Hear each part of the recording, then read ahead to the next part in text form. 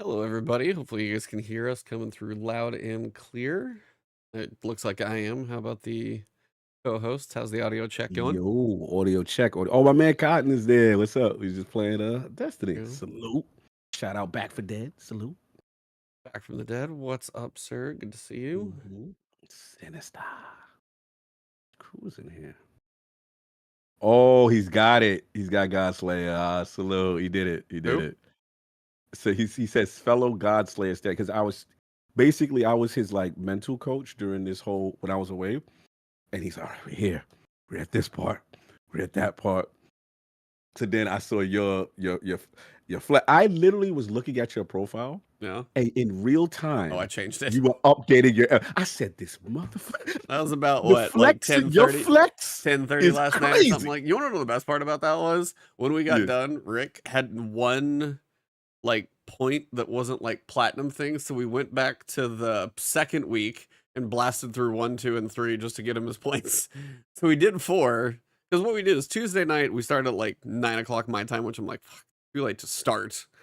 Got to about 1 o'clock. We did everything but Nezarect at that point. So we got through a decent amount for the final week. And then I was like, I don't want to start. I was like, I've seen this as a struggle. And we ended up coming back. And then somebody had left the group. And then another person came in. And then he ends up bringing like ATP, which is like all the players who's like solo raid stuff.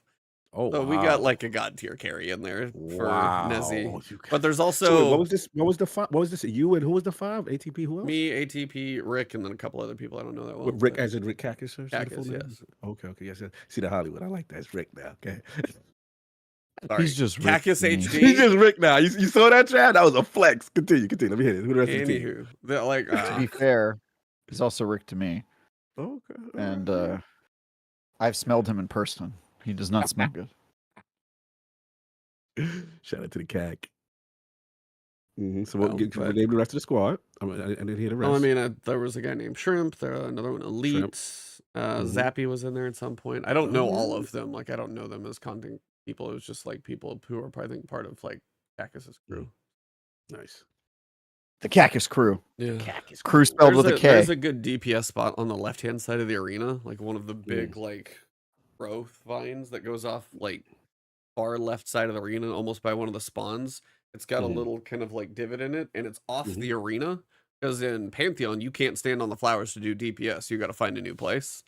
So it's outside of the, like, almost outside of the arena, and it's just this little, and you just get to stand over there and free DPS him. So as long as you can put out enough DPS. I got called out to say, hey, you want to switch over to Gallahorn? So I got called to do that one because my DPS was not keeping up. They hit you with that. Oh, and I was like, hey, I don't care. You guys just knock this thing out. I'm here for it. I was ready for the fast finish. I feel that. Respect. Teamwork. Yeah, I was like, hey, need me to it's like, yep, I'll fall on that sword. Doesn't bother me. I respect it. Whatever it is to get the clear, baby. I ain't mad. Cactus make the run list 3 times longer than need to be like his videos. No, it is funny to watch different people complain about different things. It is very funny to watch like complainers or excuses to be like, screwed up. Or no, I did this thing. Man, this one thing over here I'm having. There's like the one person who's more vocal than everybody else, and it's always funny to be like, so that's that person. Got it. Okay. I got it. Yeah. We've all been there. But yeah, I think we can get this thing going. I think everybody is set up and ready. Audio checks are good, so we can go silence on the set in 5, 4, 3. Sorry about the car.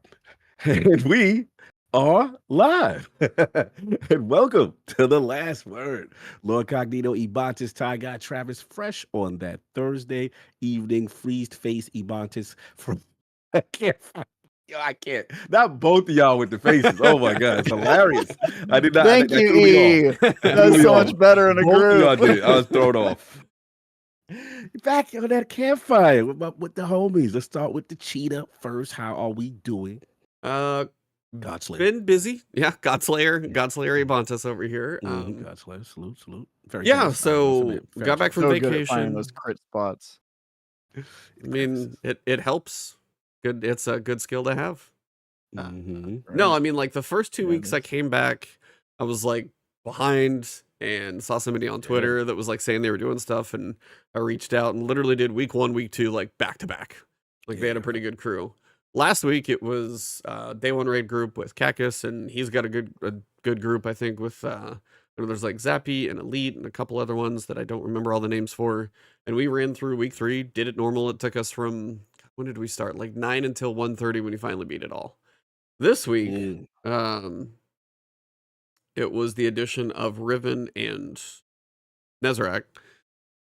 So we got through the old stuff, we got through Rolk, got to Riven, and once you get the mechanics on Riven, like once you do the legit. Mechanics, like doing Riven legit, still very cool, clearing the room, watching the snipers, taking one person with the symbol, moving it around, calling the eyes.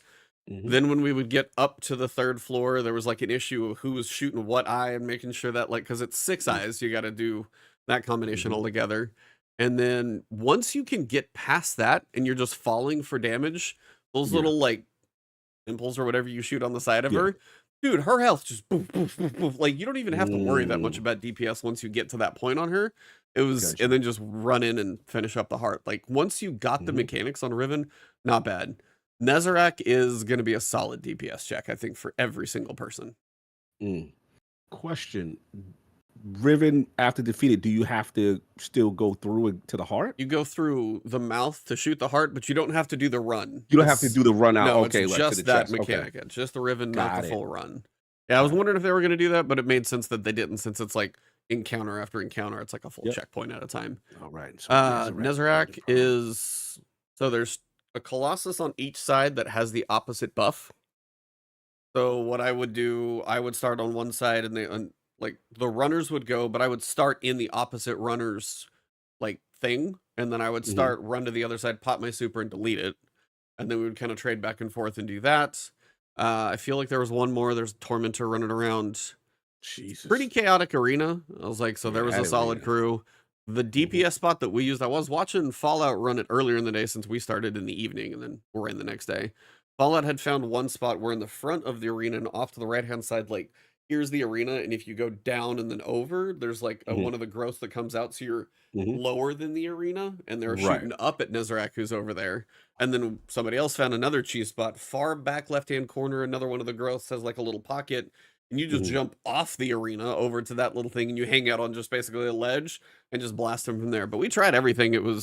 We tried sleepers, we tried Whisper with Div. It ended up just being rockets that made it kind of work, since it is solar and strand. It was back to solar and strand. It was also back to shot collar, where it's just the primaries to boost up your DPS. Oh yeah, the baby bait and switch thing. So it was basically back to week 2 for the buffs and stuff. So it was good to be back to solar though, since that was a little more just comfortable free damage and stuff like that. So got that one done. And then I think it was, when was it? It might have been Monday night at like 11, and I had streamed for like 7 hours, basically trying to do a solo Whisper or solo 0 hour on Legend. And it took me all damn day. And I got to my last one and I was like tired, but I was like, I will give whatever happens here. This is it. I'm going to go to bed after this. And then I ended up knocking it out with a minute to go. Like I had been to the arena multiple times over, getting through it, had some stupid deaths, but had enough practice. Then finally, when it came together, it was just smooth. Yeah, so I finally got that done for a Legend solo clear. It wasn't flawless. It was Legend you did. Legend solo, the 20-minute one.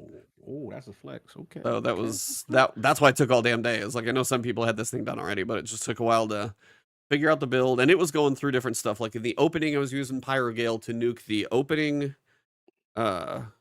brig. And then you can get your super up again. I got the super up for the tank as well. Then it can run through all that section as you're falling down the elevator shaft, since you can't die by falling. You can fall down, and I'm switching over to line rampants for a couple of the jumps just to smooth those out a little bit. On the falling part of the fans, now they have explosive shanks in each one of those sections now, so you got to try and take them out below. But if you're trying to do it fast, you basically have to skip them. Wow. When you have to do the alternate route for Legend, there's a couple captains sitting down on like the catwalk where you got to hit the switches. So they're down there, so you're shooting those from above. And I had seen that some people were using like fixed odds, the duality machine gun. And somehow, don't ask me why, I have a field prep and I have a killing tally version of that weapon. So I had extra ammo and killing tally for damage. And that's what I used for a lot of the DPS. And then one of the bigger clutches is Polaris Lance. to be able to do that crit damage for the servitors in the front, in the back, and then again in the front. And then when he turns into a brig, dude, that guy, Bro. I hate that friggin' brig like so much. They No do not crit have a crit spot. They don't Yep. take like anything for damage. And then, oh, I hate that giant thing. And then just, you could be in the hangar in the back and he's still bombarding you through the top of the hangar for no logical reason at all. It's a whole mess of things. But yeah, it took me 7 hours plus, and then last run I finally got it. So between that, bounty prep is nearly done. 0 hour, got the clear.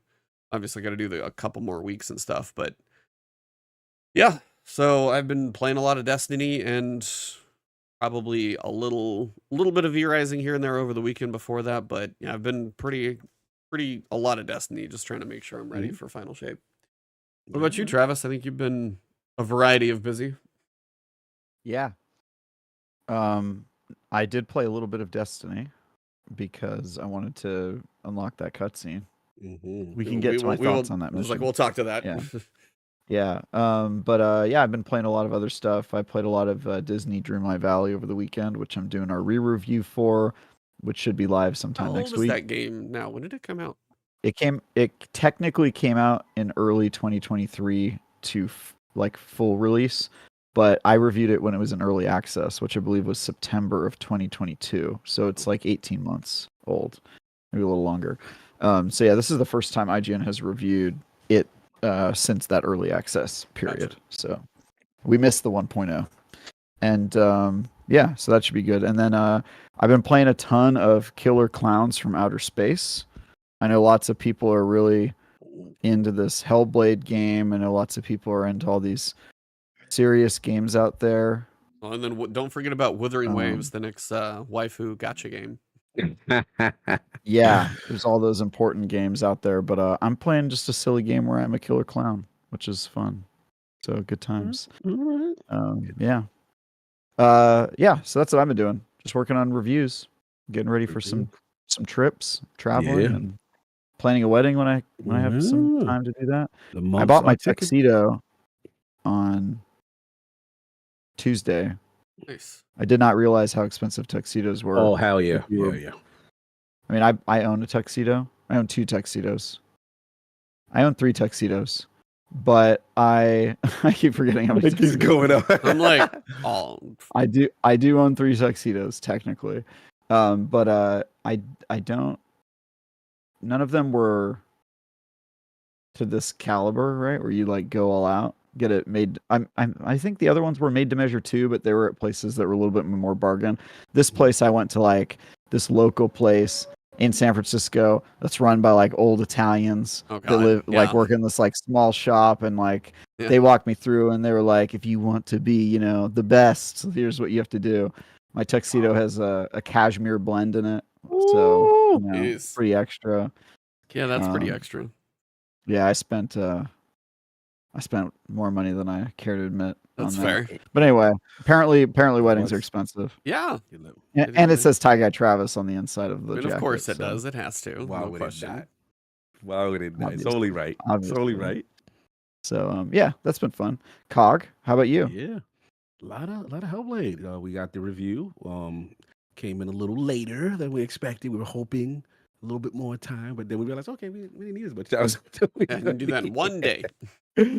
So okay, so yeah, that's up there, and review on LordCognito.net, as well as we did a 5-person review. You know what I'm saying, as far as the game and stuff.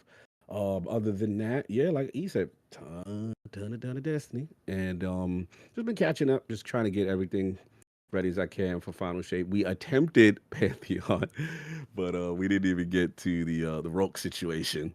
So that was that. But it's been fun. It's just been fun, now that they've increased the drop rates, which we talked about with last week. I mean, well, actually just this week out of nowhere, they just increased the shinies. And apparently saw something on Twitter where you want to keep your trophies or whatever. The trophy, the to tournament next week. Apparently that goes even more. Hold on. Really? This is a little call ahead to the TWID, but we know you're swimming in loot now, and we want to up the ante one more time before the limited edition versions of Brave weapons are no longer available. Starting May 28th, so final reset, we'll be doubling the drop chances of limited edition versions of Brave weapons. So That combined with the increases when weapons. So if you farm anything this week for tokens or whatever they are, save those and then cash them in next week. That way you can kind of get your best chances at those drops. All right, fair enough, fair enough. Yeah, I think I've got almost a drop for everything I wanted minus Luna's Howl. I want the heal clip. I have the PvP roll that I want. I think I have a heal clip Magnificent Howl. Yeah. But I want a PvE roll. I want a heal clip Incandescent. Yeah, I would like one. And it just both of them refuse to kind of drop. And I think I've got everything else I need as far as succession, pretty much everything else. Yeah, I'm pretty good. I have not got that much on. I've not lived in Onslaught, so yeah, I got some. Oh, okay, I got you. I will say this: since today that they've increased the drop rates, in about 3 to 4, I'm seeing shinies drop. Yeah. So the shiny, but I have your luck where the shinies are terrible. That I'm oh my like no perks I like. Same problem in Pokemon, bro. You find a shiny, and all of a sudden it's such low CP. You guys know what I'm talking about? Yes. You're ridiculous. Yeah, you guys know what I'm talking about. You're ridiculous. And I did 0 hour today for the first time. Finally caught up. Got my just getting into it. Nice. Finally got it. For whatever reason, I've been doing everything else except that. So, yeah, it's been pretty much it. Hellblade Destiny. There's been a lot of that. Well, there has been a lot of Destiny news in the past, I don't know, 48 hours-ish or less. Trying to think where to start. I guess to begin, we can start with the season finale of Season of the Wish, which is still one of those moments where we finally come back. I'm like, oh yeah, we're not done with this. I smooth forgot. And then I totally forgot. And then I saw people talking about, and I finally saw one person with like the little box that they got sent, which those people who got the little boxes got Cade's cloak, which is kind of badass, by the way. So shout out to the creators who got that one. But it was one person who was like, stay tuned for the cinematic that goes live at launch or whatever it was. And it was just like, oh, what? So, and then it was obviously the update for the season. So we got to do that one, and we'll talk about the mission first. What did you guys think of the mission itself? Terrible. Oh my God. One of the most boring things I've ever played. First of all, it reminded me how bad Destiny 1's final mission was. Just so much. I was just like, oh my God. Please don't make me watch all these statues come down slowly and then turn into just another Minotaur.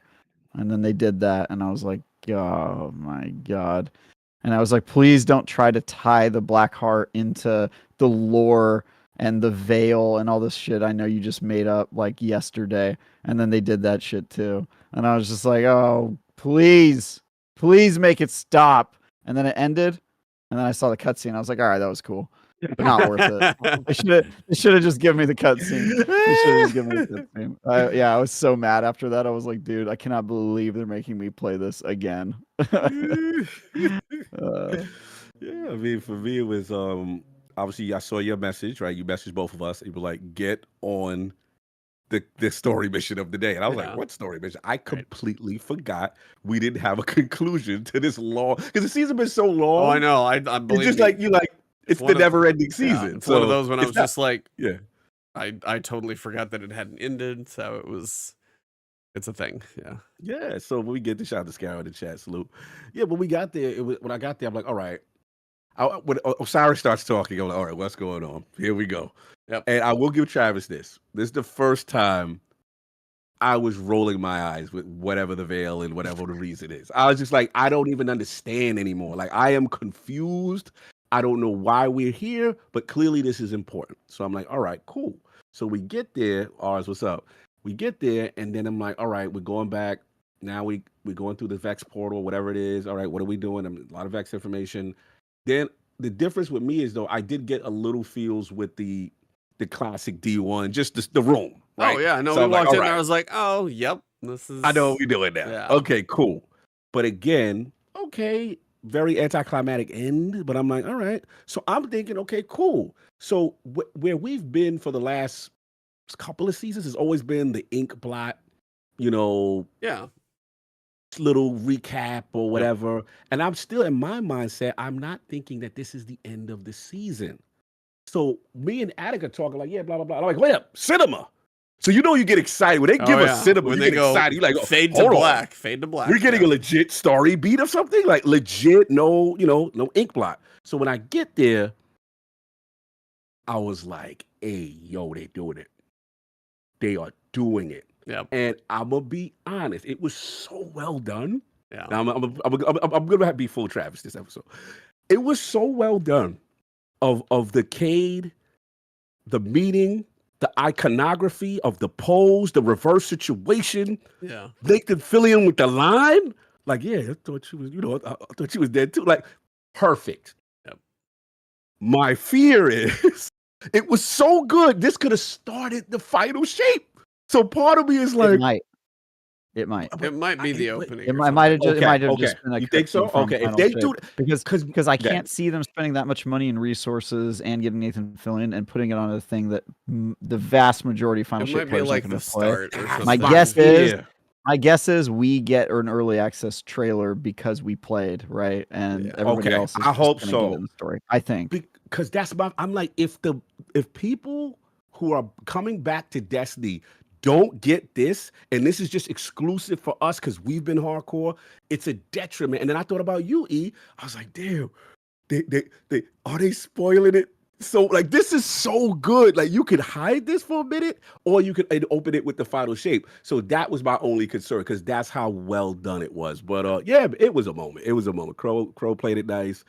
Just seeing Cade, hearing Nathan Fillion, it was super dope. So yeah, it was feels all around the board for me. But then I got nervous. But after that, one criticism, Mhm. I will accept that Cade knows that Aldrin Sov is not Aldrin Sov because he's got a ghost now and he's a guardian.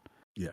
But I still think Cade would probably be petty enough to help him up and then just shoot him to be like, "You're a guardian, you'll come back. I need to get a little bit of anger out of me." You know what I mean? He always has like he has that. Still got to do it though. But he has that side. But I also feel like Cade's always been a little bit more level-headed than a lot of us give him credit for. Because so it's just kind of that. He was the only one with any good plan during the Taken King invasion. Like everybody else was like, "I guess we'll hide," and Cade was like, "What? No, let's go to their ship, blow it up." Shout out to Cade. It's so good there. But E, like, first of all, thank you for telling us because we didn't even realize the season finale was going on. We're so disconnected. I probably would not have played. I probably been like, "Wait, there's a cutscene. Interesting." Yeah, I figured you guys would have probably wanted to see that. But like, what was it for you? No, I mean it was I mean a little bit. I was like, oh, we're in the Black Garden, we're doing this thing, and then the door opens, and I was like, oh, we're doing this. Kind of the same thing. But I was like, little throwback to D1, everything coming full circle, kind of get what's going on. Then they got the Veil Blackheart connection. I've listened to the Veil lore. Okay. And I'm sure it's like fine, but all these connections do seem a little. I'm actually I'm finishing up like the Lightfall campaign on my Hunter because I got to get ready for my Hunter. And as I play back through the Lightfall campaign, it is just kind of that thing where you're like, Rohan, no, I'm sorry, I'm exhausted right now and I can't get up and help you. I'm like, oh, I'm back in this right now. So it was like, then you get into the Veil connections and this thing and that, and it's just like, yeah, this is a whole thing. So that was fine. I was like, a little nostalgia throwback. It works. I feel like we've had a lot of, I will say we have basically nearly have tapped out nostalgia at this point though. We are really stops. There's never. I'm sure that's fine. Limitless pool. Yes. But I was like, this is one of like, come on, like at this point, we got obviously everything coming, and there's going to be more nostalgia, I'm sure, in the final shape when we talk about the new destination and all that stuff. But oh yeah, I was like, that was fine. And then I was like, I did not expect the cutscene either. So then when that wrapped up, and then it got done, and then it went, and I was like, saw the portal and saw him falling. And then first, of course, I love the very few cinematics where we actually see Guardians use their abilities, and he did the little boop, the little jump and land, and I was like, nice. I was like, all right, Krill looks pretty good in the cinematic. And then I saw the gunfire. I'm like, uh-oh. And then all of a sudden it started, they're running. And I love when he had Hawkmoon and he just did the fan fire. Yeah, the flicker was lit. I love like both of those weapons. They are just so iconic. So seeing that one used, and then like the little trip mine explosion that goes. Yeah. Hunters is like Hunters is in there. Oh yeah, they're loving it. We haven't reached Nintendo levels of nostalgia yet. That's true. We'll get there. I don't know about that. And then he just throws it was the moment where Crow saw Cade, paused, the throwing knife hits it, and then you saw Cade squeeze. And that's why I say Cade is level-headed. He's like, he squeezed, but he's like, no. It's like, if there's a reason you're here with a ghost, got to figure out what this is. Obviously, that crap's going on over there. Yeah. And Yeah, this is I'm like, saying he would have done that, but I could see him just, it's not going to hurt anybody if he kills Crow. Also, I mean, I get that too. That's well, okay. That's Yeah. I think that's the world is difference. dying behind him. Let's go that's- murder him. I now. think that's the difference between like Cade, though. He has that like slight limit of level-headedness, and then you have somebody like Saint who says, "I'm gonna go Saint- kill yeah, Savathun Saint will over kill and him. over and over and Saint. over."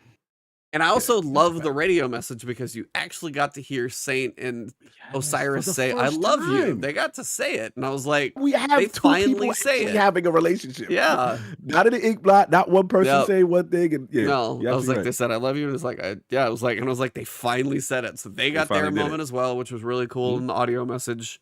I mean, overall for a season wrap up leading into final shape, yeah, it sucks it took this long to get here, and I almost forgot that it was going to be coming, but I did enjoy the cinematic, and it's kind of a good I way was to. shocked, by the way. Shocked. Yeah, I didn't think When they said I love you, Yes. I was Yeah. like, what? Crow and Yeah. Osiris are gay? Or No. sorry, Osiris and Saint Osiris and Saint 14 are gay? I thought they were just really good friends this whole time.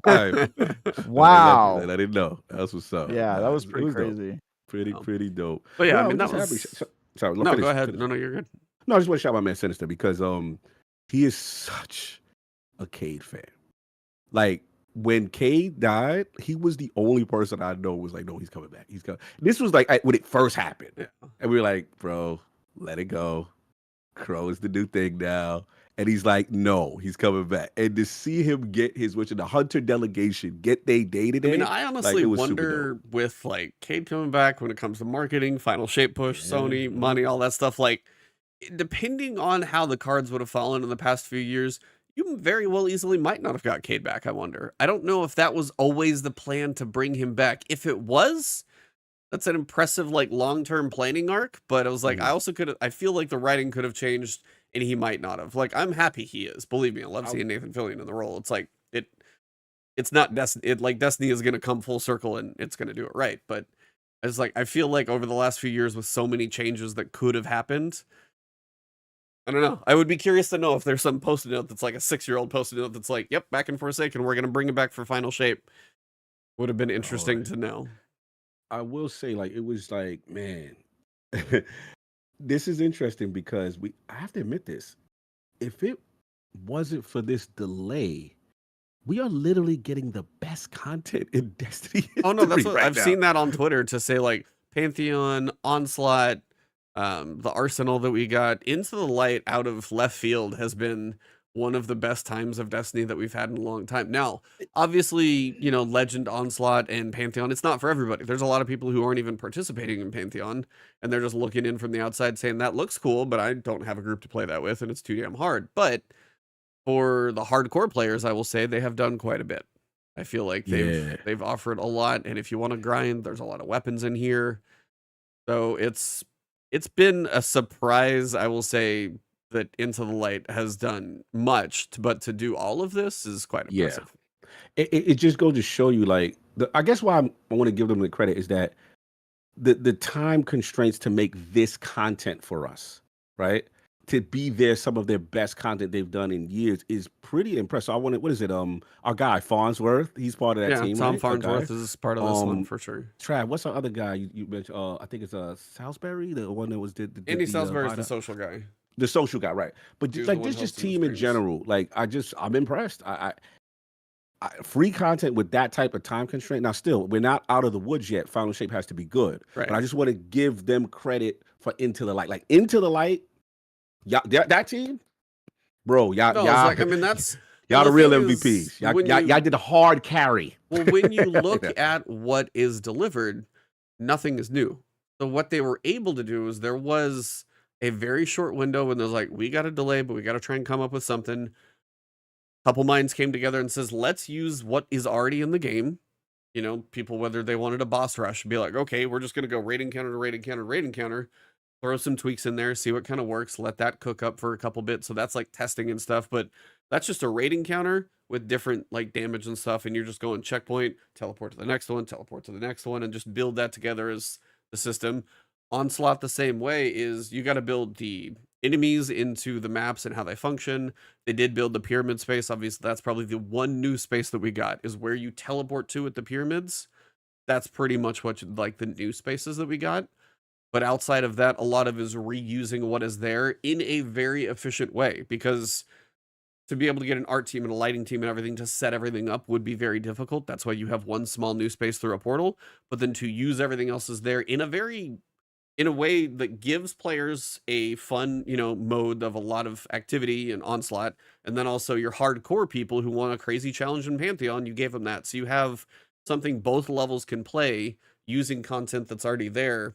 I think it's a very good call by a team to make a smart move in a short amount of time. But just like, and that's why I was like, it's fun content to play. But also, if people are saying, "Hey, it's all reused," that's not wrong, because it basically all that's is. fair. So that's fair. But I just wanted to say, it's like somebody just said, "Hey, we have all of this stuff. Let's use it," and they did a pretty good job in that short amount of time, and it's delivered well to hold most of us over until now. Yeah, I just want to give them credit.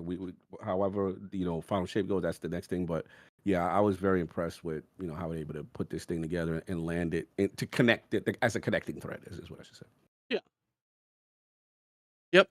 So that was like Into the Light was quite a surprise. So we had the story beat to start us out, and then we got warning that, hey, all of these articles that we've been typing up for ability changes and exotic armor changes and the TWAB, they're going to come out, and they actually scheduled them to say, this is going to drop here, part 1, this is going to drop 2, part 2. There's also going to be a ViDoc, part 1 here. Part 2 is actually tomorrow, which is probably the more interesting one, because that seems more about the new supers and stuff like that we've got coming. And then I also had the TWID coming in with the Pathfinder, I think, if that's the new thing that you go through for the rituals in the new destination. We'll get to that.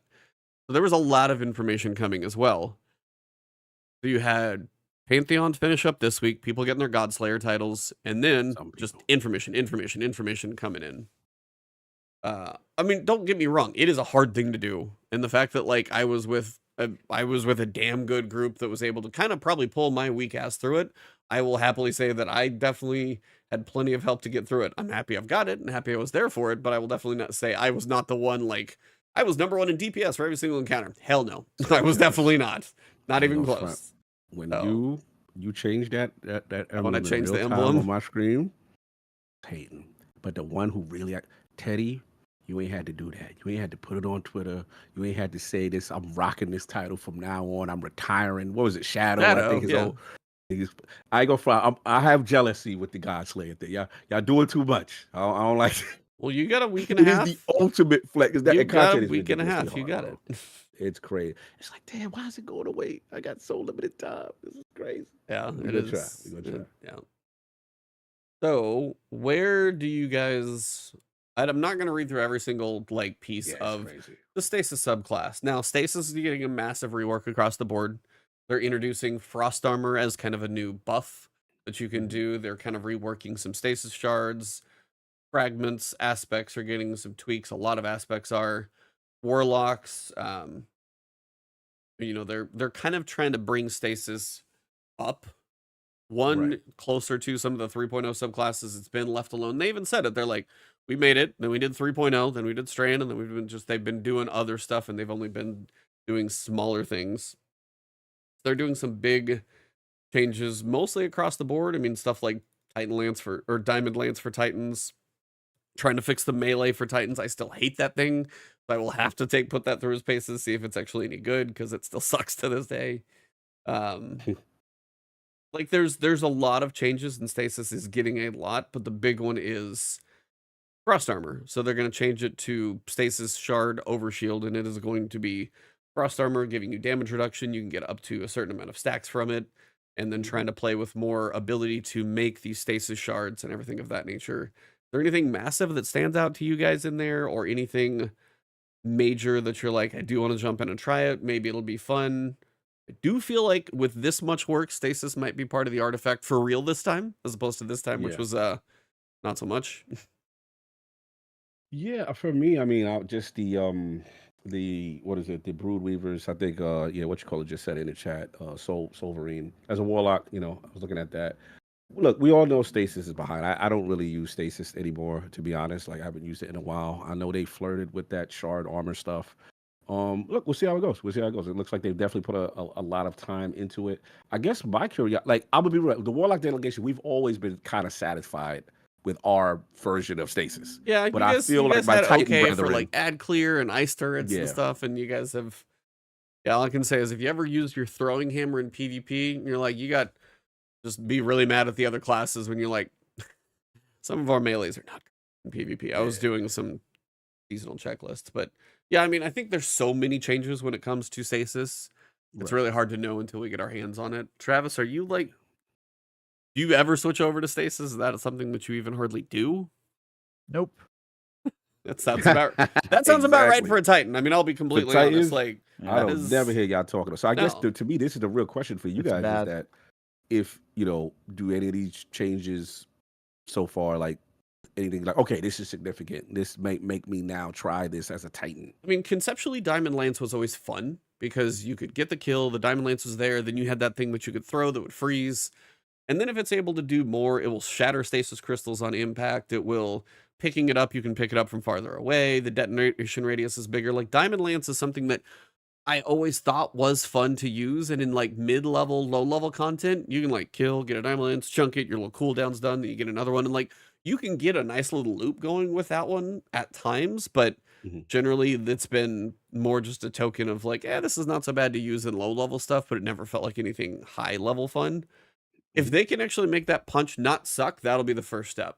Because if my melee doesn't just send me flying wherever, whiffing by a guy, got to hold it, but let go right before you get to the guy so you get the right melee, though. You're going to be throwing sickles. As a Titan? Hunter main. Oh, fair. Well, I mean, I will still play all three, but I'm going to go through... Fine, somebody's got to round out the podcast. That's right. He's a hunter main. You need to start jogging and stop lifting because you're a hunter now. Okay? Get down there. Got to get slimmed down. Just slim down. Cardio. Stop eating protein. You're in the cutting phase, bro. No more bulking, phase? Bro. Okay, yeah. Cutting, bro. On that vegan diet. No protein. You're that vegan. Yeah. That's right. I want you to look sickly and orange by the next time I see you, okay? Like all vegans. No Cabal meat boxes. Scion energy now. That's right. That's what you got to do. Scion energy. I'm going Scion. I don't know if you guys have noticed. Lost 6 pounds. Damn, losing. All right. I'm finally getting like my wife and I worked out like my wife and I actually worked out this week for the first time in like 3 weeks because I was sick before our vacation, on vacation, then sick after the vacation. So finally this week we got back in actually lifting again. So I was like, I just needed to do something. He was sick before, during, and after his cruise, meaning everybody who got sick on that boat got sick because of you. Like everyone on that boat is sick. So here's the thing, like I got it like a week before, and then like if you've ever had a cold, it's just like, you're like congested and you get a little bit of a cough. You're like, I gotta work through the congestion. That's all I had for the cruise. So it was like one day of a really bad runny nose and then like 2 weeks of just like congestion. That was it. I was dealing with like, stuffed up nose.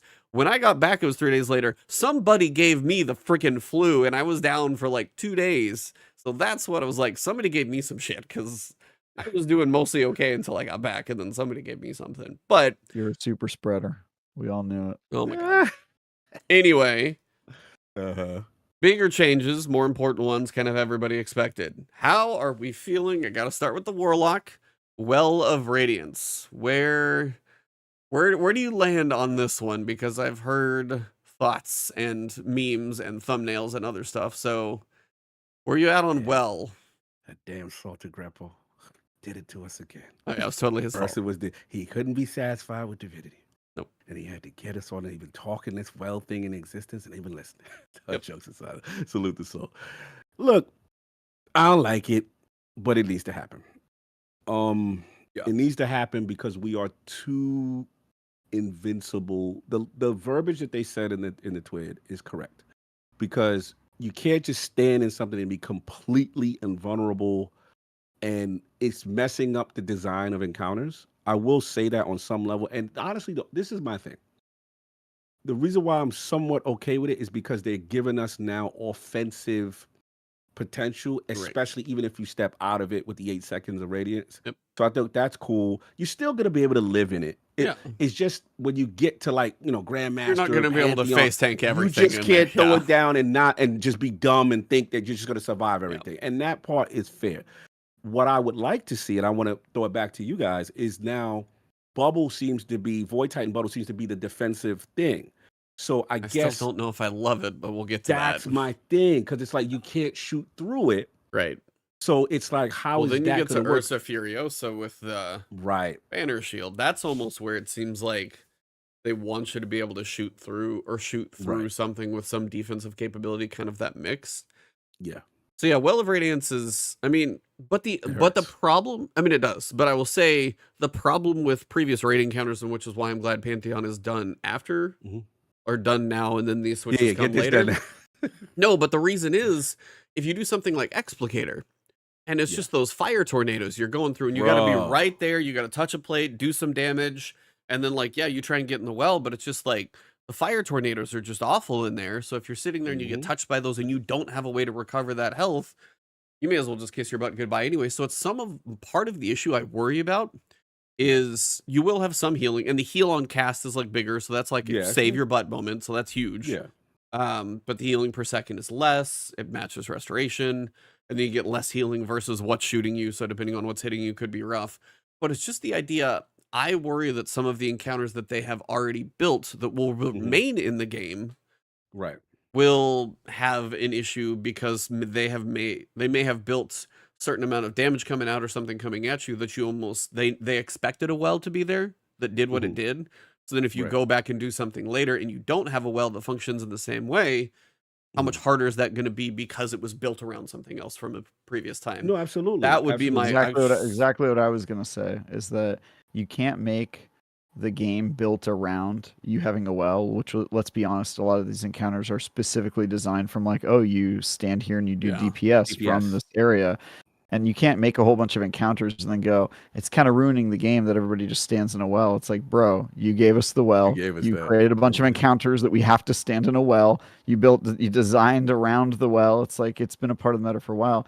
So I'm okay with them removing it, but it means that they have to be careful about A, how they design future encounters, and B, there has to be some sort of solution for, how do you do past encounters where the entire design is around it. And by the way, they've increasingly made the well more prominent by leaning into it and making it basically a necessity, because it wasn't always, but now, especially with the Pantheon stuff, dude. Yeah. Like when they are adding like all these ads and people attacking you, and it's like, dude, you are making it you're reinforcing the meta with the way you design the game. So you can't like blame us and be like, everybody's using it. It's like you made it. Yeah, No, we've kind of gone full circle from Reckoning. Is that what that was? Oh God. But I mean, but you've gone full circle now to like, we were nerfed back down, then slowly we built back up powerful.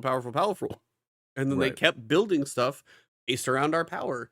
Now, the fact that this is being nerfed before final shape, maybe we get different encounters. Something like Well of Radiance for Rolk is actually better now. You read my mind. That's what I was going to say. So that's the other thing is like, now you can drop that down. Everybody can go walk through Radiant. Doesn't matter what subclass you're using or whatever. You could walk through it, have Radiant, unload your rockets, do your Thunder Crashes on a completely separate subclass, and still have that benefit. So if that's what they're leaning into now is, hey, plop this down. You got some healing. When you leave, you got Radiant when you need to go move around. And if they make encounters where you need to move, I'm cool with that. But yes, I do worry about going back through some of this old stuff in a situation to where they do want you to sit in one. I mean, that's what they're. Hold on, let me stand literally on this platform. Don't move, so you can do damage to Caretaker right here.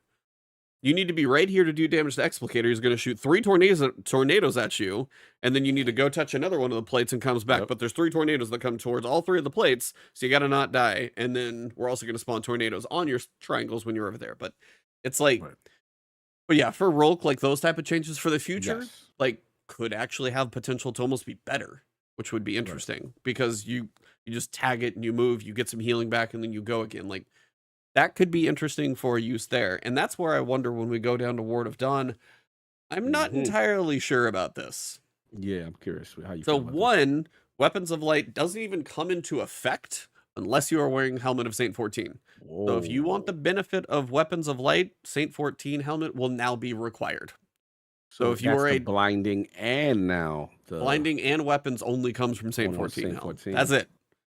So Armor of Light is now, they removed the overshield. Ward of Dawn now immediately applies a full void overshield to the caster and its allies that enter its dome. Armor of Light now instead grants additional damage resistance to players inside the Ward of Dawn, 30% versus players, 60% versus enemy combatants. So I guess if anything is in the dome with you, you get 60% damage resistance. Enemy health of players, effective health of players inside Ward of Dome remains roughly the same for PvE. Effective health of players inside Ward of Dawn is lower than it was before for PvP. So this, I feel, is partially a PvP change of what they're doing here, because I mean, the bubble in PvP is annoying as hell, I hear, and it's just like free overshields and all that stuff. Allies near Ward of Dawn now have Void Overshield trickled on over time, similar to the volume behind a Bastion. So if you're near a barricade, you get that bonus to it as well. No longer provides weapons of light, that's what I said. The Ward of Dawn caster can now generate additional orbs by defeating enemies with melee attacks in or near the Ward of Dawn. But again, you can't make anything if you're just shooting enemies far away. So it's weird. It still doesn't give you the benefit of shooting out. That's why Well of Radiance is always so amazing. Healing and still doing damage, because otherwise you're in there. Now, the fact that you can stay near the bubble is going to be this weird little collection of like 6 Guardians just outside of a bubble trying to like shoot a line and not trying to make sure like you're close enough, but you don't hit the other guy's ass with a rocket and all of those things. So it's going to be some interesting, I don't know. It doesn't seem like Ward of Dawn was ever used that much, and it doesn't also seem like they buffed it to where it's going to be something that I really want to use now, as it is too. Yeah. Now, Ursa Furiosa, Banner Shield, maybe that's something that gets a chance to shine a bit. We will see, but for me, reading through everything here, and maybe I'm just not picking up like how strong the overshield trickle is going to be or something along those lines, but I think their worry is what it would do in PvE. But then if you do what you did to Well of Radiance and you don't give a defensive structure in PvP, I feel like this doesn't really help much in PvE, at least from my side of things. I get it. It's a big change. I gotta see it. Right now I'm kind of in the same pocket as you. I'm not think it's gonna be terrible. I just need to see this in action, because I'm concerned if is there really going to be an uptick in this? Is this change truly going to make people like? Are you still just going to use Well, but it's just less effective? Like, is Well still going to be the better way to go? Will it get you guys to get back to Captain America mode? I mean, that may be the way to do it at this point. It seems like, because you have something you can shoot through and you've got a defensive thing in front of you, which is basically what you always want. The problem with that is you do give up DPS, because Well, you drop it and you're still able to shoot. Bubble, at least you can drop it and you can still kind of pop in and out and get some damage off. Your Banner Shield, you give up a person. It's like Divinity, but now you're just getting a buff. So it's yeah, I mean, we will see. This does feel like a lot of things that I saw in here, a decent amount of them are slowly like bringing Guardians down a little bit in quite a few places. It's not like massive nerfs. There's one I was really surprised about, the Warlock exotic today, but outside of that, it was, yeah. So, I mean, if you go through Arc, I mean, you've got,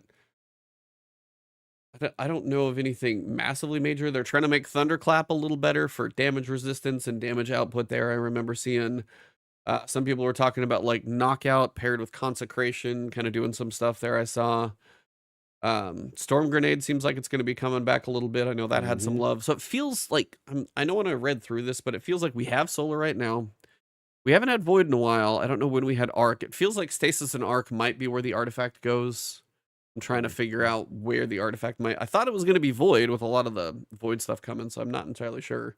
Solar, I think, is like, we had our Solar 9 months at this point where they're taking us a different direction. For sure.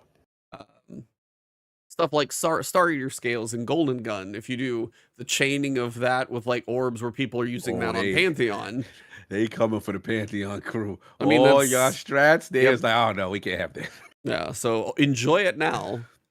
Consecration, that slam of like fire wave and stuff, I guess I'll have to try it, but I still never loved the loop of that in general. It's just, it was fine, but it was always, I never loved the whole like pop-up slam thing that was going on. Hammer of Soul, a little more universal without having to use like the Soul Invictus, so they were trying to do some stuff there. Warlock, I feel like you guys got your Nova Bomb got improved. Yeah, the Vortex was 3 seconds longer. Seeker count up 2. So, I mean, I feel like the Nova Bomb and Pocket Singularity got a boost of like 50%. Yes. Charged Accelerant for Magnetic Grenades. Like, I feel like Warlock's got a pretty decent Void boost, which was nice to see. Shield throw for Titans. If that is actually ever good, I will be surprised. That's like the Captain America fantasy, but you got like the discount bin version of it. It's terrible. It's the Party City. Yeah, it's not Captain America. not great. Mm-hmm. Snare Bomb, Trapper's Ambush. Yeah, like not too much on Hunter and Void. Strand, I feel like I heard quite a few people talking about Strand Titans getting hit. Banner of War was coming down. Banner of War, baby. What's up? Like, Banner of War is ridiculous. We all know it. It just is. So, I mean, I'm not surprised that that's coming down. I'm going to look through and see what else.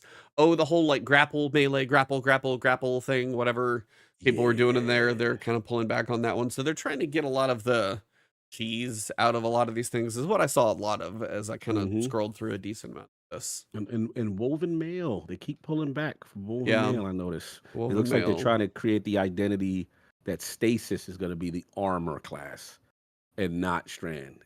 Yeah, this is like I feel like this is the second Woven Mail nerf. Maybe no, I think that's probably right. So Strand is coming down a little bit too, but that whole grapple tangle melee thing, whatever that was not something I ever did. Yeah, that grapple tangle, the reload joint. Yeah, there was some sick. Oh, the reloads I remember. I didn't know about like the melee getting like melee energy back, but the reloads I've seen like that for reloads breaking stuff. Yeah. Oh, real quick, how you feel about the taking away the free grenade back on you when you grapple to a tangle? That's kind of one of those things. That's a weird one. When I mean, I don't envy them ever trying to balance this game because it's a mess. We all know that. Yeah. But when you have the grapple, and then like you want to be able to get another grapple, it's like they're taking away part of that build, which was I think what hunters were part of having fun of like grapple to grapple, and you're making another grapple point for somebody. And it's kind of one of those where this is like a Band-Aid on a bullet hole. It's like, I'm going to make this thing a little slower, but I'm also going to take away the fun of what we intended to build in the first place. Right. So they're not fixing the actual problem of people abusing the grapple. They're just making the grapple worse so you can't abuse it, but they're taking away the traversal part of what they were trying to build in the first place. So I feel this was the best solution they could come up with the time that they had kind of thing. But I feel like this is probably something that will get changed later because the idea of the grapple traversal, I think, is what they wanted. But now people have found ways to exploit and abuse it, and they're trying to, hammer that stuff down. Mm-hmm. So, I mean, that's kind of a skim of that article. If you have a certain subclass you like, go see if your stuff got affected. Try and figure out if it is. There's a lot of fragments and aspects and things that got changed, and Stasis is just a massive read-through. Stasis is like half of that article. Yep.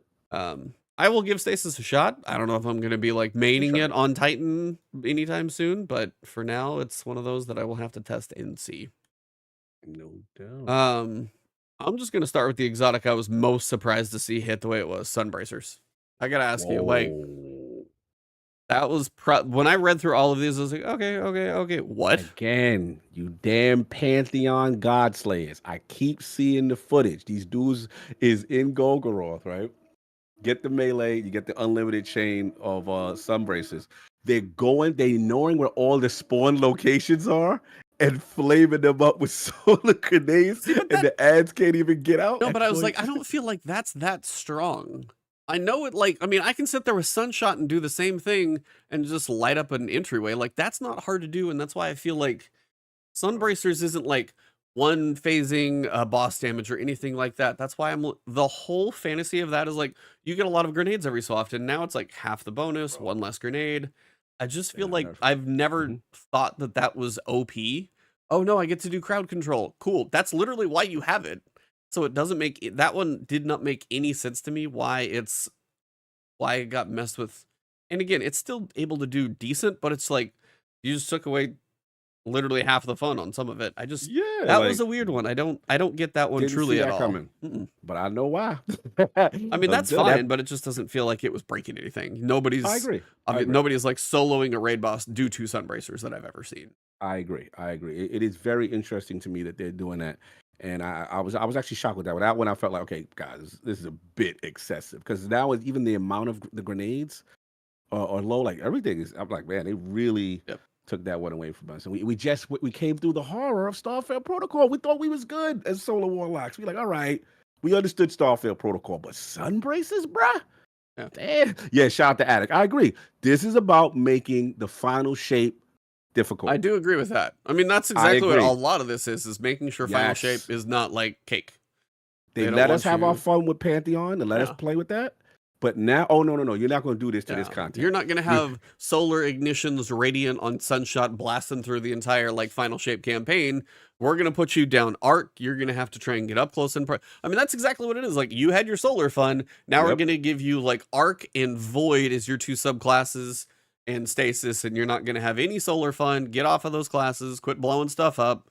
You can, like, that's where I feel, I mean, exactly. I was like, I think it's exactly what it is. They want final shape to feel hard. And I guess the question for you guys is, are we legit with Prismatic? We know it's the new shiny hot thing. Are we legit still gonna go back to basic? I think you're gonna have to subclasses for raids. I think a lot of people really will, because right now, I mean, I was talking about this on chat earlier, and I think we said it before.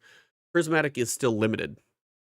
The perks that you get on the exotic armor for getting 2 different ones, they're limited versions of them. The abilities that you get to pick from are the least used generally in a lot of different places. So you can, so they're the least used. So they're not like the OP one. So it's not, say, Solar Grenade. It might be Fusion Grenade. So it doesn't feel like those are going to be, it's going to be the God tier. It's going to be fun to mix stuff up.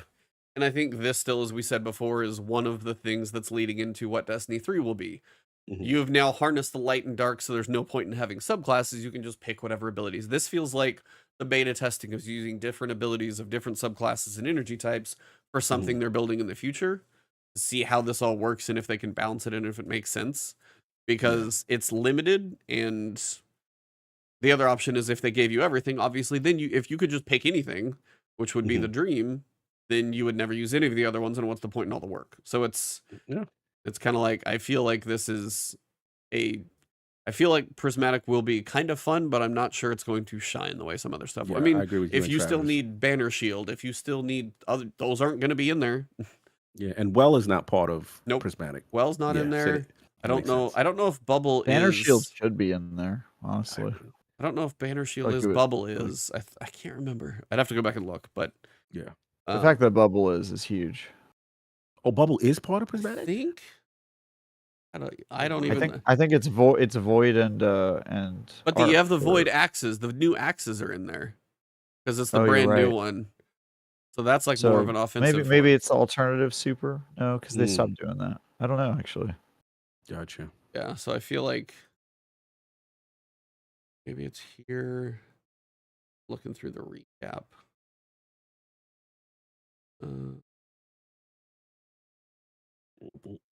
I don't know. There's a chart somewhere. They had them all listed somewhere in a TWID where you can see everything. But yeah, that's why I was like, I still feel like Prismatic will be used by some, and people will find certain builds with it that will work. I mean, that's where somebody said like the knockout aspect of Arc with Consecration and something else. People were like trying to, theory craft something with Titan. I saw. So I was like, there's going to be stuff like that comes up. But I still feel like your defensive capability of Void Shields and banners and all that stuff, I mean, that's a Void Titan. That's all that is. Yeah, that makes sense. Let's see. Other exotics like Ursa Furiosa, they're buffing it just a little bit. Also grants super energy for guarding with Unbreakable. This scales based on the amount of incoming damage the shield absorbs. I thought that already did. But a lot of the exotic changes were pretty minor. I mean, Star Eater scales, we expected that one with the previous day stuff.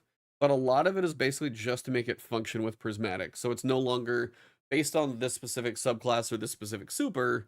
It's based on more universal terminology, just so you can use it across the board with Prismatic and other places to make sure they would still function. I think that's most of what all of this is, a lot of the time. There's some little things here and there, but that's a lot of it. And I'm not gonna go through and do an entire TWAB read or an article read. This would be a long, boring podcast. I'm just trying to the big thing for me, I would say, what you did for the Warlock delegation celebrations. I will say I do like what they did with what is called a Mantle of Vital Harmony. That's a very underrated chess piece that allows us to get the super Sycamore filaments. I always thought was interesting with the empowering and the Devour thing. Yeah, that sounded like it got a bit of a buff. Yeah. So now it's going to reset the person's Devour. So I love when they enter it. So listen, some of this stuff is interesting, but I agree. I think a lot of these changes are to synergize it with Prismatic. I agree with you. Now this one was weird, and I feel like is like a slow nerf. Partially, I think it is. The term powered melee was always intended to mean spending a melee charge. Now, me as a Titan, I don't always spend a melee charge. Then when I go to other classes, I'm like, oh yeah, it doesn't just live there in my hand. However, subclass Hunter. elements, yeah, Hunter throwing knife, same thing. Yes.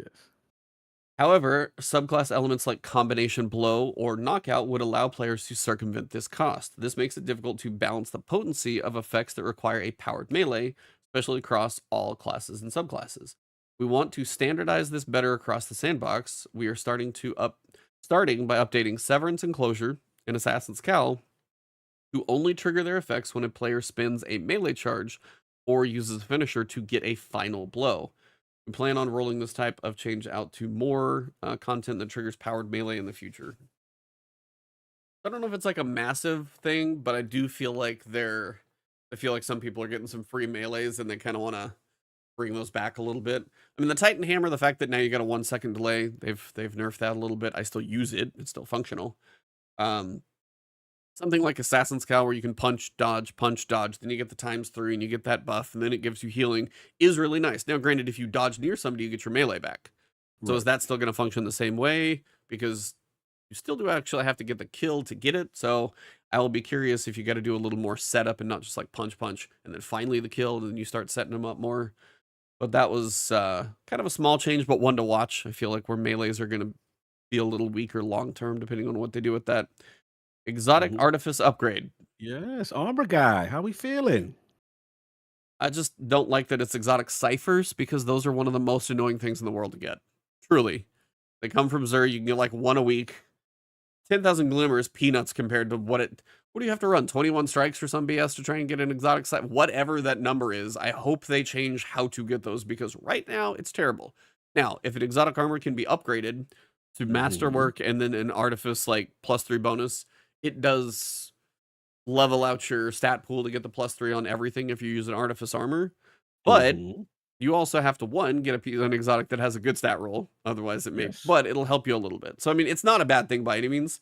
I just wish it was an exotic cipher because if it was Ascended Shard, I feel like those would be easier to farm and at least have, more ready access to them. Go farm a few different places. You can get some.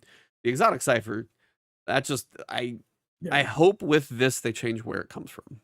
Jesus, that and but my deep site harmonizers. I'm gonna stay on that. Oh no, I mean they're the same. I've been using a decent amount of them from Pantheon though. I've unlocked a lot of red borders. That's been nice. Ammo Finder update. So when I was scrolling through this, the only thing I saw was Ammo Finder update, like at the bottom of my screen, and I just saw the text, and I was like, before I even read this,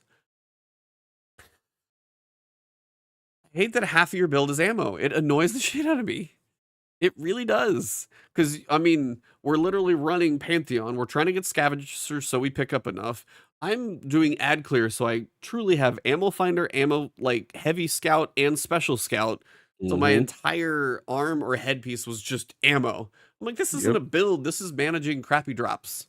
And that's the ammo economy in the game. It's like, if you want the fact that I can switch to a chest piece with triple reserves, hit a rally flag, then switch back to the one I want before an encounter, but I have to do it every single time to make sure I get the most reserves. Just set the reserves what you want. Leave me do other stuff with my chest piece. Like, just the way you're on deep side harmonizers, that's one of those, like, that is not a build. That is not, hey, if I build into melees, I get orbs, and then I get some energy back for my class, and I get this cool loop going. These ammo drops suck. I got to try and fight it somehow. That is not a build. That is not a build. So anyway, I get it. It sounds like what they're doing with Ammo Finder is, if you're in a group, it's going to be 20% slower on special and heavy, but if you die, it will be the number of enemies you need to kill for Ammo Finder to trigger will continue through death, which it wasn't. So depending on if you were dying and you were almost up on Ammo Finder, it would reset you before. That will be better. Solo Guardians don't have the increased time to kill, so it's just like, this sounds like ammo is going to get a little bit slower. Yeah. Or if you're staying alive. So if you're not dying and you're in a group, now you're just going to get less ammo. That's what that reads as. Now, if you're dying or whatever and you're struggling and it was getting reset and you were seeing even less, that's fair where it might be a little bit more. But if you were on a team that was like doing a flawless run, this technically means you now get less ammo with ammo finders. That's all that means. So it's just one of those annoying things about ammo that bugs me. But it really comes back to, I think, what Addict was saying, is just like they're making everything harder. They really don't want you to be swimming in ammo, doing double specials, doing all of that stuff. I feel like that's where they're going. You want to read the last one? Because this one is actually a positive, but it should have been done about 7 years ago. The raid armor? Yeah. Yes, the narrow application of raid mods allows us to give them potent benefits unique to the raids in which they are used. However, while these benefits are strong, they don't currently feel impactful enough in practice, especially since they may not fit your existing build. As a result, with the release of the final shape, we are making it much easier to layer these extra elements into your loadout as you go for that perfect weapon roll. Removed all mod energy costs from raid-specific armor. Should have been in the game from the beginning. Should have been in the game from the beginning. Because I'm going to be honest, since they introduced raid mod, I don't use them joints. Nobody does. I don't use them. I'll be like, you are not taking 2 points away from my surges. No. You ain't taking away from my scavenger. You going to sit right there. And you're not taking away from my recuperation so I could get my health back over an orb in hard content. So I'm sorry, raid mod. Your little give you 5% for standing in the plate or whatever you thought you was doing. That's not getting you. Thank you, please. Yeah, this is a W, but it's about 6 years late. That's all. Man, late. Yeah, I mean, you think back at Garden of Salvation, some of those raids mods might have been cool, but you don't want to give up anything for those. So there was never a benefit to go after the raid armor because you're just giving up to try and use something else and spreading your energy more thin. This is how it should have been a long time ago. So I was like, okay, take the W, even if it's late. Yeah, facts. I mean, I fought for raid mods to happen because that was a D1 thing. Yeah. But when they brought them back in this fashion, I was like, bro, I'm not doing that. I don't know if Trav, you use raid mods these days. All the time. I play raid mods in every slot. Every slot, all 10 points are just the raid mods. Super optimal. Yeah. I'm more dedicated to the craft than you guys. Okay. That's really what it comes down to. I appreciate that. Yeah. I actually play Destiny, so not a casual. So how's that PvP maining going? It's going great, man. It's really good. That was good. Sorry, you left that door wide open. I just had to walk through it. That was too easy. Man. No, I wear the raid armor when I do the raid. But just for as transmog. You just wear it as transmog. That's all you do. No. I wear the armor. I wear the armor. Yeah. Got the loadouts. All and I do not use the mod. Yep. Couldn't even tell you what they do. I'm being honest. I can't even tell you. I couldn't tell you what any of them do because I've deleted all those pieces of armor. They don't exist on my character. Straight transmog fodder. Yeah, I'm gonna word that helmet look hot. Thank you, Crota. You gonna turn into my artifice armor. Yeah, exactly. They're not artifice. Master was never like. They finally put Master Artifice armor, I think, in the raids, but then you get like a 59 and you're like, nope, not worth that effort. Yeah, they still got the dough to be dropping them 50s. Raid armor should drop literally at 65 at a minimum. And if you're doing Master, you may as well get like a 68 to 70. I don't really care because then you still might get a crappy roll, but at least give me a big pool to work with at the beginning. Bro, I'm to the point now when I do raids and we just doing shout out to Buddha and Attic. We were doing Warlord's Ruin because I'm still trying to farm. I finally got a decent indebted kindness now. Nice. Finally, one with Volt Shot. All right, fine. Impulse Amplifier. Volt Shot. I don't think I have one of those, but yeah. But the thing now is I'm getting to the point now with raids and dungeons. I want a knockout system. Like I don't want to be getting armor in place of drops. I never want a class item ever again. Now, granted, the new class items I'll go for, but I don't need a raid class item dropping from Pantheon. I'm like, no, delete. Bye. It's not Artifice, gone. I don't many need class items. Yeah, I'm like, bro, come on. Nobody needs the armor this amount of time. So I'm at that point now. Do something with armor, please. With the drop. Yeah, raid armor should. I mean, that's a 58 stat armor is why I don't wear raid armor. Or the 54 Artifice armor they got from 9 comp matches. I'm like, this is not how you incentivize people. When I can walk my Defiant Engrams over to the war table up front and roll a random 67 with some of the best looking stats I've ever seen in my life, where it's like max resilience and then the other two are split perfectly between strength and intellect, I'm like, I can probably use that. Yeah, not everything's about statsy. Some of us actually like to be challenged in our games, you know? I mean, if you want to hamstring yourself, that's fine. I'm just using the tools I wear presented. Yeah, dude, I'm Goku training in 10 times gravity, and you're just Frieza, dude. You're just you're gross. You got a tail, weird high pitched voice. How many of the characters in Dragon Ball Z have tails? Because I'm thinking of quite a few. See, it is a lot. Even Goku I was has a like, tail. Goku, Actually, does Cell have a tail? I feel Yeah. like Cell does. he does, in Yeah. at least 2 of his forms. He Yeah. has a tail. Let's see. So, but that's And so do you. Yeah. So anyway, we finally get to the TWID. They do a recap of the ViDoc. So for confronting Oblivion, not Oblivion. Don't know why I said Oblivion? Oblivion. Shout out to No idea why I said it that Oblivion, way. The Tom Cruise movie, Oblivion. Yeah, no.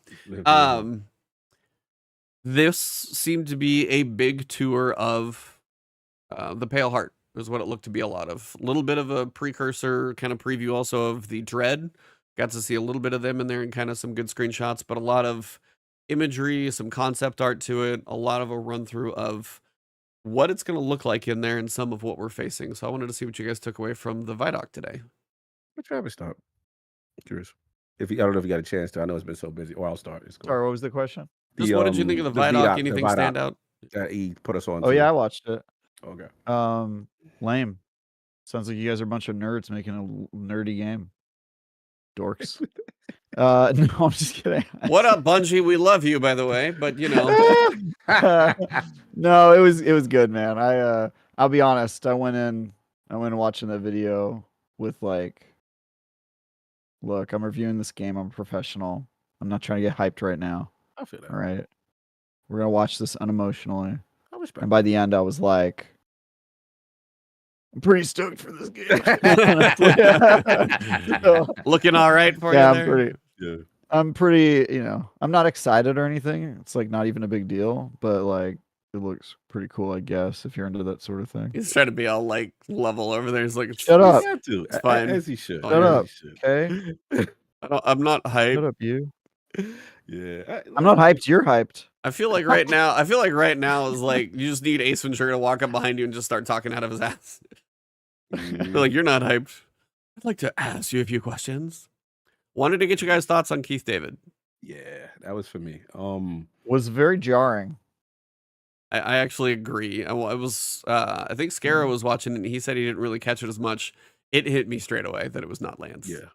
Now, I'm not saying it's going to be a bad delivery because I think Keith David is one of the few that they could get, but it just reminds me it's not Lance because he just fit it so well. And we've known him for 9 years in the role. It's hard not to. I get it. Here's the thing. It's hard not to. Did good though. I listened to it. That's the thing. And I think that's the thing. I was like, I think the delivery was great. Like, yeah. But I think if Keith David was the original Zavala, I probably would prefer his performance to Lance's, honestly, because I think his voice is like less type A and more like he sounds wiser, like a guy who's been around since the beginning or whatever. But see, I take that a different way. I feel like Lance's voice sounds wiser to me.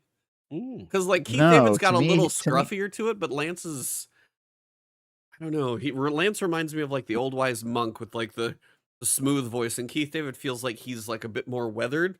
Both know a lot of stuff, but I don't know. I was like, it's just interesting. So to me, Lance's performance, and I do not mean this as an insult, but when I talk, people often think that I am being insulting. He sounds like he's buying a label maker.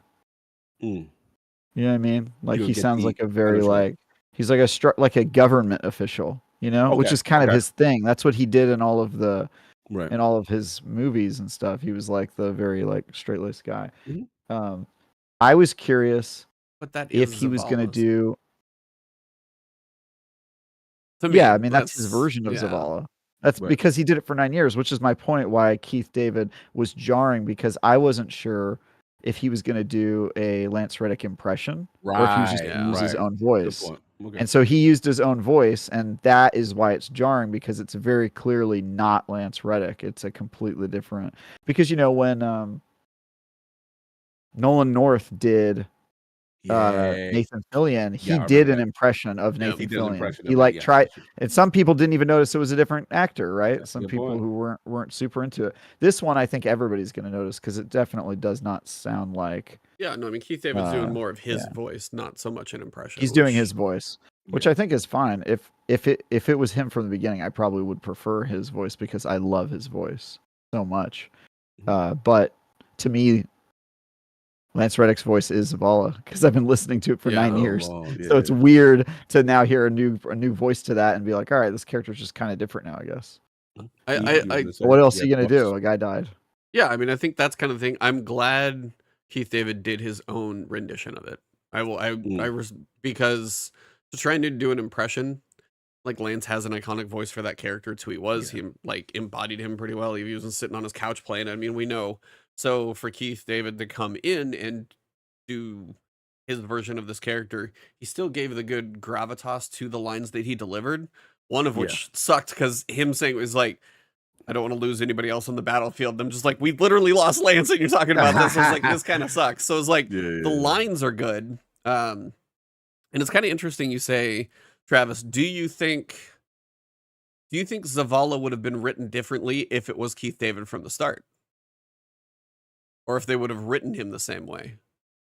Because the way in my mind, I do think that I think they would have written him differently. Yeah, because the way Lance like delivers his lines fits for this like, I'm the Vanguard. I have to be like this like solid exterior, like this wall for the. I have to be this guy, and the way he delivered that fit that character very well for what he was going for. And I think, as you said, if Keith David would have been the one from the start, the way they play the character, I feel like they could have almost written him a little bit differently. It would be interesting. That's kind of like an alternate future.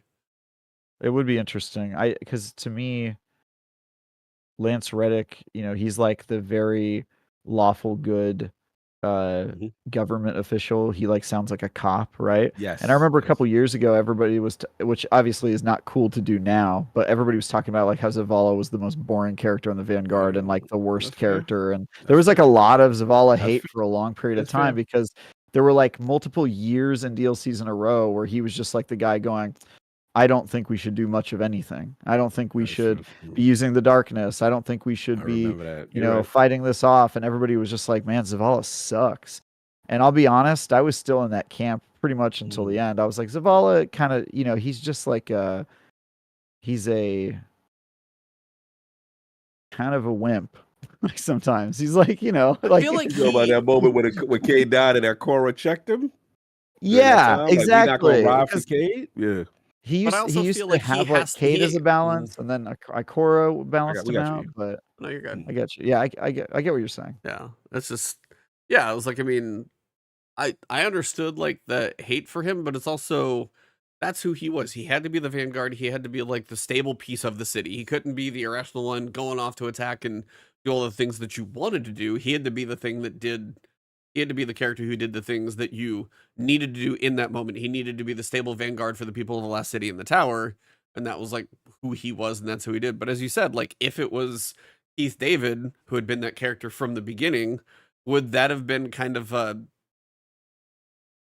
like the boring guy at a house party looking unhappy all the time? I can't with Attic right now. He kind of is. Yeah, you said you didn't claim him. You didn't claim him as your Vanguard. As a fellow Titan, you don't see him as your Vanguard. I don't know who you see as your Vanguard then. Are you talking about like Saint? I mean, I think he is our Vanguard, but I think that there's a lot of people who, now don't say that they hated his character, but they did hate his character when Lance was alive a lot. I think people changed on it. That's fair. And I think the reason they hated him is because he's kind of a stick in the mud. And I think that if Keith David voiced him, Keith David has so much gravitas and like wisdom in his voice that I think they would have written him to be different, a little bit more kind of a little different, which would be cool to see that alternate timeline. That said, I love the character that Lance helped make, and I think that now saying Keith David's voice on top of that is weird. It's just weird. I don't know if I'm ever going to get used to it. That's kind of what happened to me. Is like I was listening to it. It's like the line hit me, but then I listened. It was like it's Keith David. It was like it's just weird to look at that face and not hear Lance. It just to me it was like I couldn't not hear it, and it's like I'm still going to be okay because the lines are going to be delivered. There's still going to be good weight to it, but it's like part of me will always wish that, we wrapped Of Zavala with course, Lance. of But course. Yeah, look, it's a very unfortunate situation. I think that Bungie very lucky to be able to get Keith David, to be honest. Oh, You know what yeah. I'm saying? That I mean, it couldn't, after such a tragic event, it couldn't have been any other person that really could take that, and we would be at least somewhat comfortable. So we know it's going to be in good hands. I'll be honest, like I think when I heard it, I was so pleasantly surprised, to be honest. Like I was just like, wow, like this sounds decent. He had a lot of weight, a lot of, as Travis was said, like a lot of wisdom, a lot of experience. So it's unfortunate what happened. There's a part of me that is excited to see and hear him in this part of the journey, to see how his inflection is going to be and how he delivers things.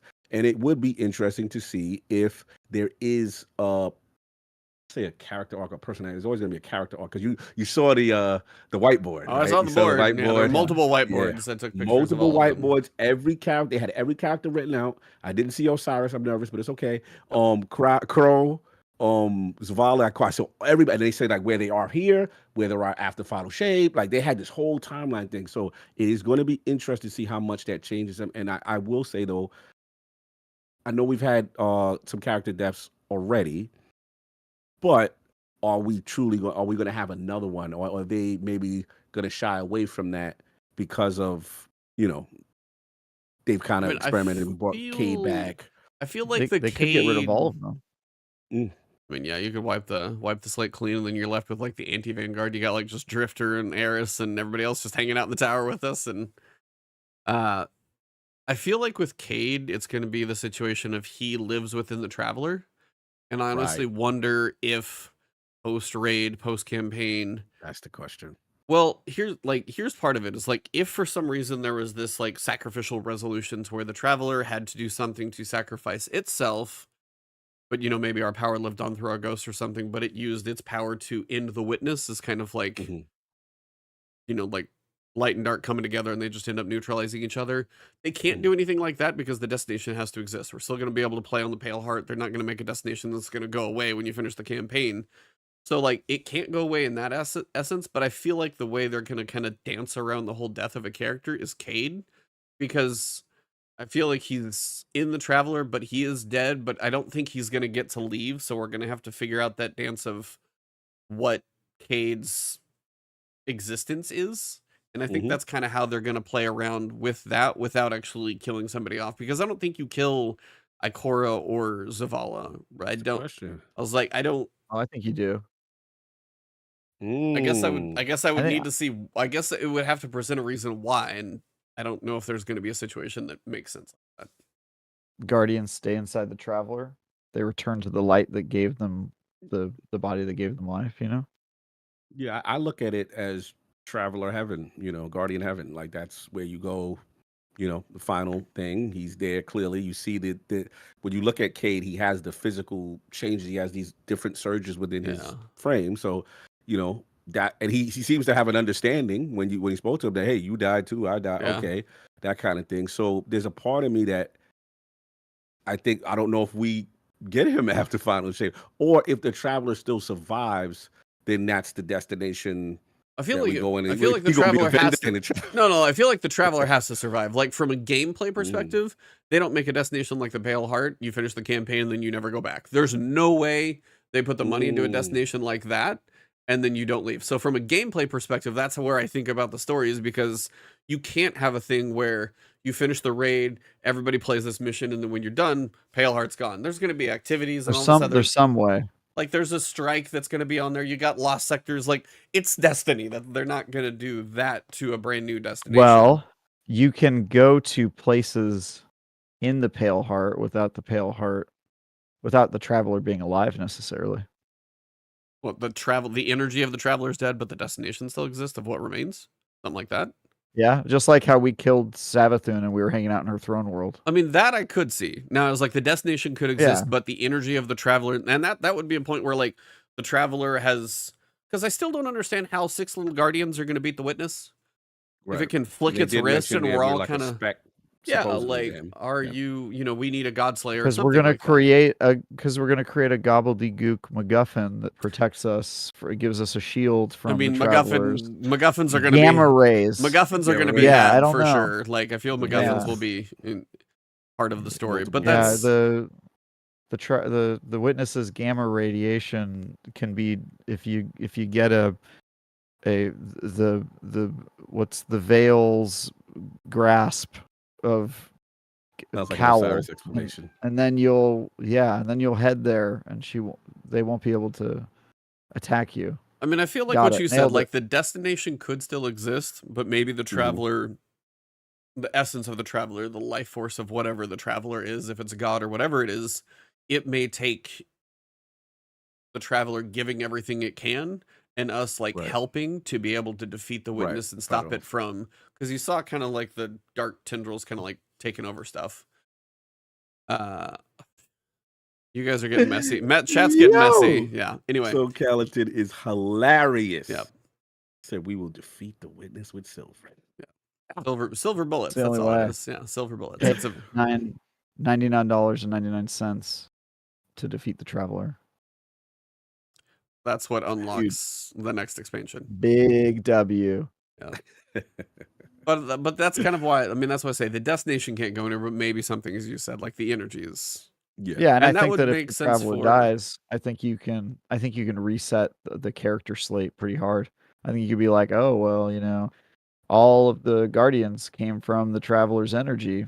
It's just a piece of the traveler's consciousness. If the traveler's not around anymore, they all got to return to the traveler, just like Cade. So, But we have like at least Goodbye- three. We goodbyes have of 3 all. episodes that we're gonna do. They're gonna be against the Hive and the Vex and all of those things. okay, they've got other voice actors that can justify being left alive. Well, I mean, we As Guardians as- still have to go do other stuff, is what I'm saying. We can't be stuck in there. Oh yeah, but we're also now part of the darkness, so we don't need to rely on the traveler fully.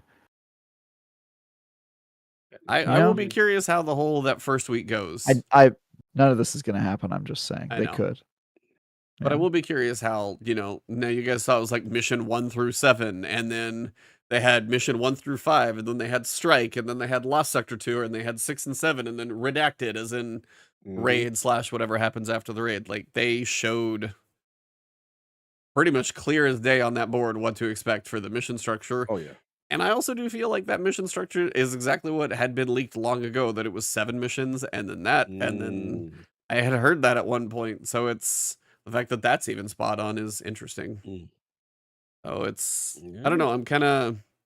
I'm very curious. I am, I'm excited to see where we come to a landing point after 10 years. What happens with the Traveler? The destination looks cool. The Dread are probably going to piss me off in a lot of ways, I'm sure. Shout out to the sound team. You see how he was making that dread with sound? like Jello and Jello did you see and- the like flapping the coat to make the wind like the wings flap? I was like, You gotta give that Dragon sounds. Budget credit. Oh, Bro, the sound Foley team for anything. Oh, it's For so everything. fascinating. Like always such a Yeah. good job. There's always every time I listen to like you're playing Destiny and like even for example, what's the one the worm Parasite? Like each gun has unique sounds. Oh, that's kind of the thing that allows Destiny to still. I can pick up a Scathelocke and I know exactly what a Scathelocke sounds like in my head. Yeah. As soon I as mean, yes, sir. just a lot of the sounds in this game are memorable, and they've somehow worked that into the psychology of this game. Is like when you fire certain things, Graviton Lance, you know exactly what that sounds like Yes. without even me like showing it to you. You know, we'll fire that a few times and it sticks. It's weird, Yep. but they've done a great job with that. Yeah, they're phenomenal with that stuff. Yeah, when I use Izanagi, just switching to it sounds like a sword Yeah, being well, unsheathed. Like it's crazy, man. The amount of detail they have with their weapons and just in general is ridiculous. So yeah, I mean, Destination looks cool. Tomorrow we get Shaping the Magic, which you see the Titan with the True. axes. You've got the other 2 subclasses with the Hunter Warp, and then you've got the Solar. It's like you're basically like you're in hyper mode as a Warlock. I'll have to kind of see what they do with you guys. If you watch any of the Destiny streamers for the day 1 raid race, you'll be there's a cool looking emblem. I actually like that top emblem.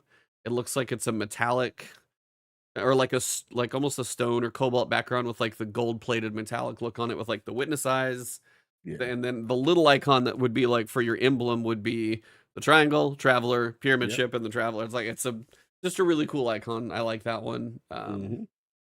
Again, May 28th. So save all of your tokens that you get, your trophies of bravery, Yes. until next week.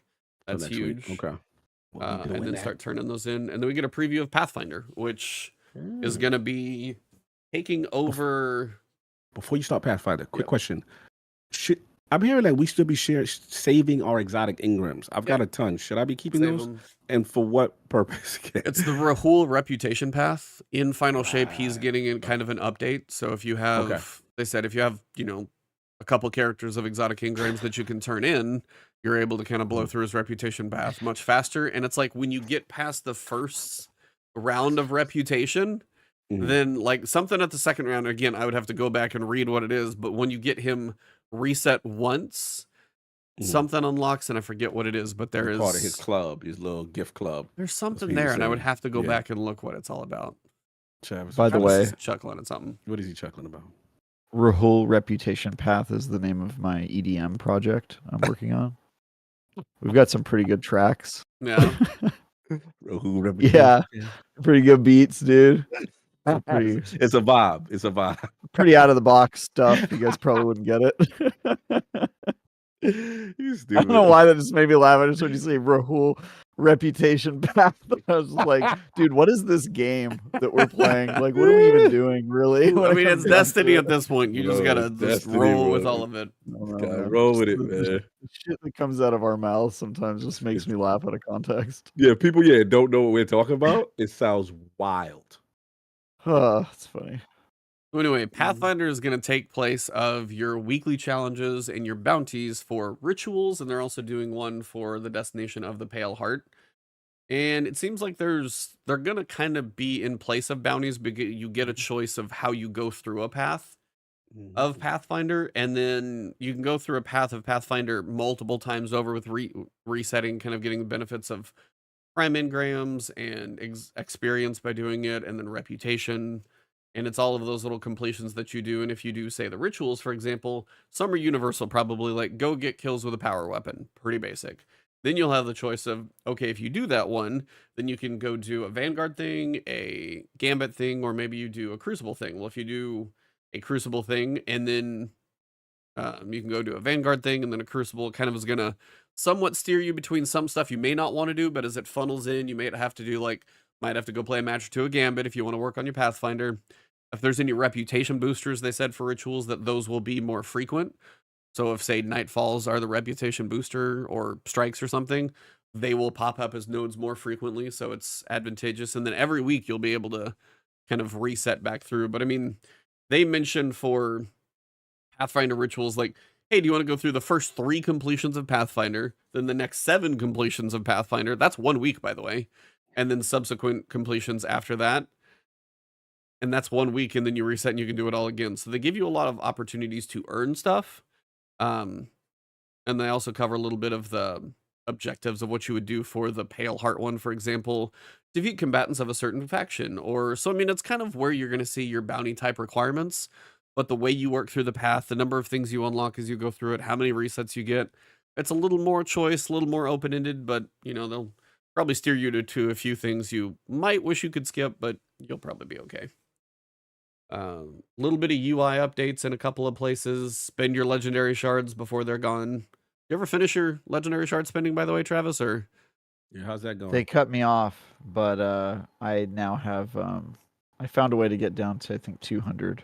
There you go. Legendary shards. Wow. Oh, you made it dead. So damn. I mean, I went from, I think, 170,000 legendary shards. So I've now got enhancement core coming out of my ears, which is nice. That's good. Nice. Outside of that, there's a really cool poster that's going to be like a display. It's all 8 bosses in Pantheon. I actually really like it. It's pretty sick looking.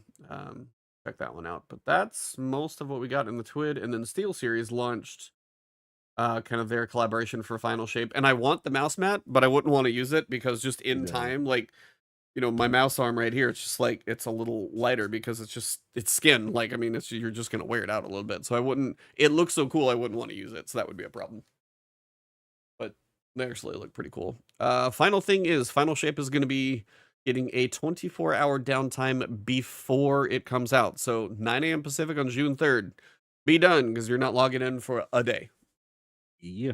And then when Final Shape kicks off, they said expect server queues. That's going to be the big fight for everybody. Oh, yeah. Get ready. Get ready the for hell the- queues, bro.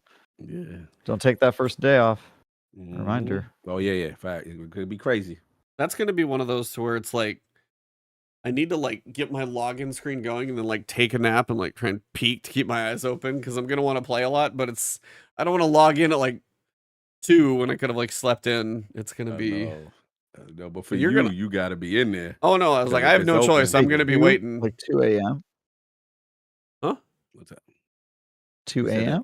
No, talking I'm about saying 2 like for me, p.m. it resets at like noon, at least right now. But I'm saying if I sit there in queue or server issues or something and it's like 2 p.m., I finally actually get in, I would much rather like sleep in as late as possible and then like try to. Because so, you're gonna be staying up all night. yeah, it's like I'm gonna want to play through it all. I've just never heard somebody describe a nap during the day as sleeping in. That's what threw me off. I thought you were revealing to us that you wake up at like 4 p.m. normally. And I was No. like, whoa. Some people probably... He's sleeping in at 2? That's No, sorry. That's crazy. No, like I would love to actually Sleeping get in. my body off That's funny. cycle enough to be able to like wake up then. No, I'm gonna be up with the dogs at 7 o'clock in the morning. So that would be a point where if I could wake up, Up with the feed them, dogs. and then Euphemism. well, I'm gonna be taking you to the airport. I'm gonna be taking my wife to the airport the morning before, and then That's a euphemism. I'm gonna be taking you Not to the everything- airport. not everything. Not everything is a euphemism. Not everything is a euphemism. Oh yeah, bro, dude, you get him. He takes everyone to the airport. You are Drop ridiculous. off and pick up, bro. He's Bessie. express delivery. Super Bessie. Anywho, it will be an interesting day to see how servers do. It is one of those things that I know they say patches and server delays, and we'll have mid-season stuff that like Yeah. 24 hours downtime, you can pre-download everything, so that'll be good. But I feel like expansions, the last couple, we've had some bumps, but getting in hasn't been terrible. I feel like they've actually done a decent job with, the big expansion resets. They have the 24 hours downtime, and outside of just getting through queue, which could be a little while, I feel like they've done a pretty good job. So cross our fingers it's smooth, as can be. I know there's going to be login delays, but see how it goes. Mm-hmm. But that's about all I got. I know there's a lot of information. I know we didn't read every word. If you want to see something, go look into the topics, because I'm not going to read every word. That's a boring podcast. That's a lot of words. I didn't count them all, and that's a little too much. Where are you guys at hype level? 1 through 10. Hype now. I'm at Travis is solid currently at a 5. 5, mediocre. He is middle of the road. He is reviewing the game. Currently no hype, up or down. Yeah, he's level right now. He's in review mode. He's in the gladiator, just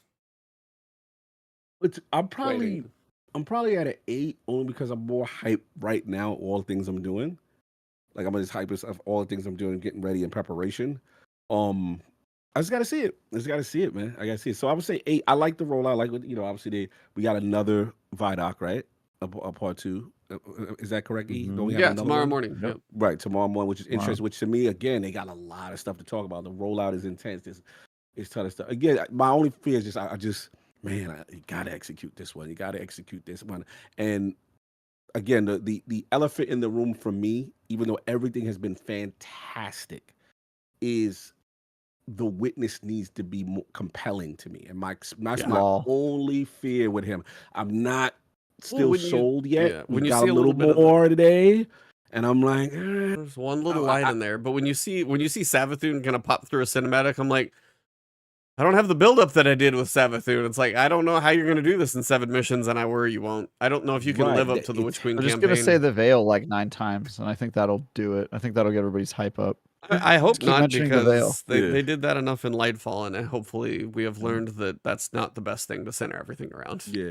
I'll just say this. If in the game they don't have one character die who says, I'll see you on the other side right before they die, I'm giving it a 2. Give it a 2 out of 10. If you don't have that again, the best part of Nightfall, repeated word for word in the final shape. It's a 2. It's a 2. Mark my words. Guy here. Mark my words. I'm Yeah, putting you on notice, Bungie. Bring your A game. Bring your A game with Lightfall. Lightfall quotes. Oh, I want Real man, Hunt to look. die again. Anyway. My only concern was again when he came up and he was like, we got some more witness lines today. And it was kind of like, you're still resisting. You know what I'm saying? I'm just like, I don't know if I'm feeling you yet still. That's my only, he's the one. Everything else leading up to it, everybody else, what everybody's doing, Cade, it's just him. You got to create some fear. You got to do something to make me truly respect you. Because right now, your reveal was dope. But it felt like the more we got of you, the less I liked you. Is how I've been with him. So yeah, that's gonna be the key to me. Because I think they mentioned in this ViDoc how, like, you know, we're gonna learn more about him, and then kind of like his personality is gonna be shifting, like he's getting angry or something. Like, how did you take the witness explanation in the ViDoc? I mean, you get to see a little bit more of its truer nature kind of coming out with that. Yes. I mean, that one line, the aggression, felt more of what I want to see. Okay. If there's, I mean, I can't just have this like smooth brain, level-headed, just like, yep, I like causing pain, cool. Brain. Right. I mean, I got to get a little more emotional depth in this thing Call for it me the to Ooga care. Booga here. Yeah. Ebontis, we call it the Ooga Ooga Booga. Booga, fine.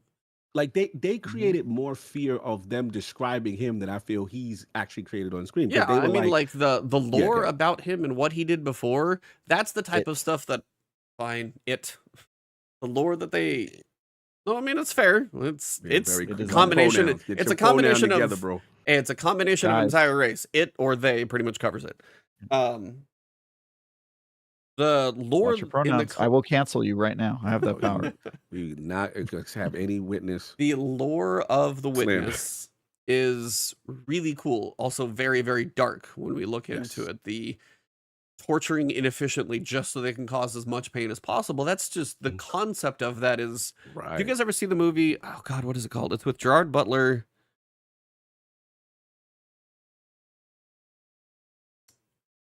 Oh, what is it? It's kind of dark. Is it the one where if you die in the game, you die in real life? No, that's the gamer. No, it's Law-Abiding Citizen. Oh. No, it's... I think it's actually... You knew the game. No, I think it's literally called The Gamer, because I think I know what you're talking about. No, it's called Law-Abiding Citizen. And the opening of that movie, really rough. Like, he watches his family get basically murdered. But what he does... Basically murdered. Well, he watches them get murdered.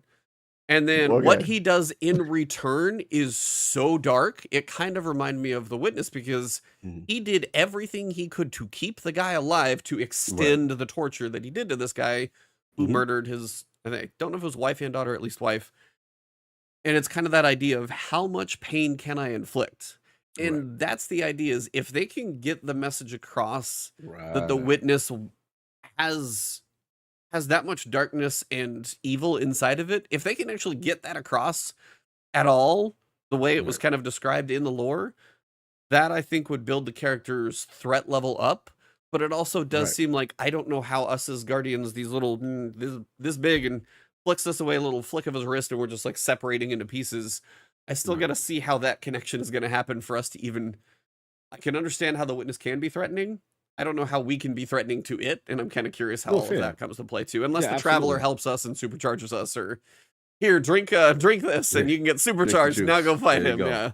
Drink the juice. No, Can I make a suggestion, Ebontis? Get juiced.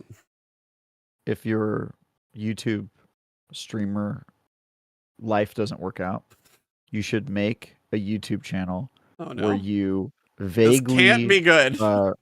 Wait. Where you vaguely recall movies that you kind of remember watching.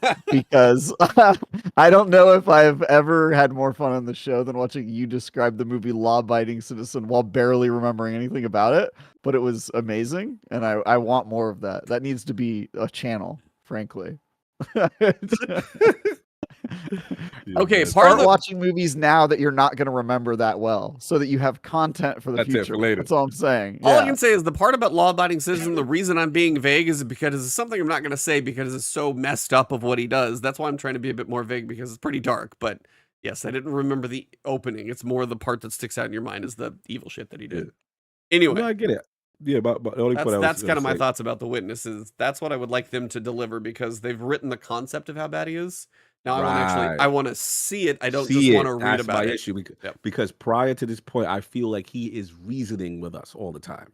Why don't you see this? You don't. Oh, wanna see, he's be- going to cancel you now. Yeah. Oh, said it. he. Yeah, it has been reasoning with us. Apologies.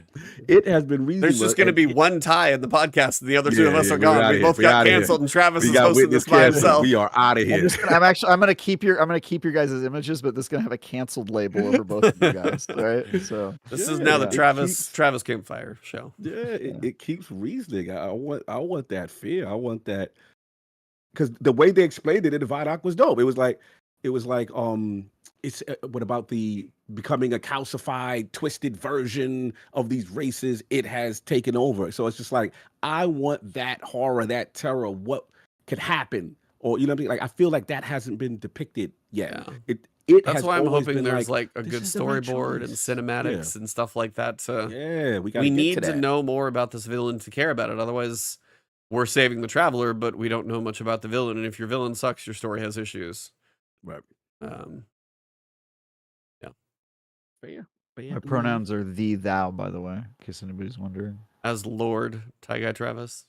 Mm-hmm. Yeah, it's real lords, both of us. Oh, I know. Both legit lords. That's right.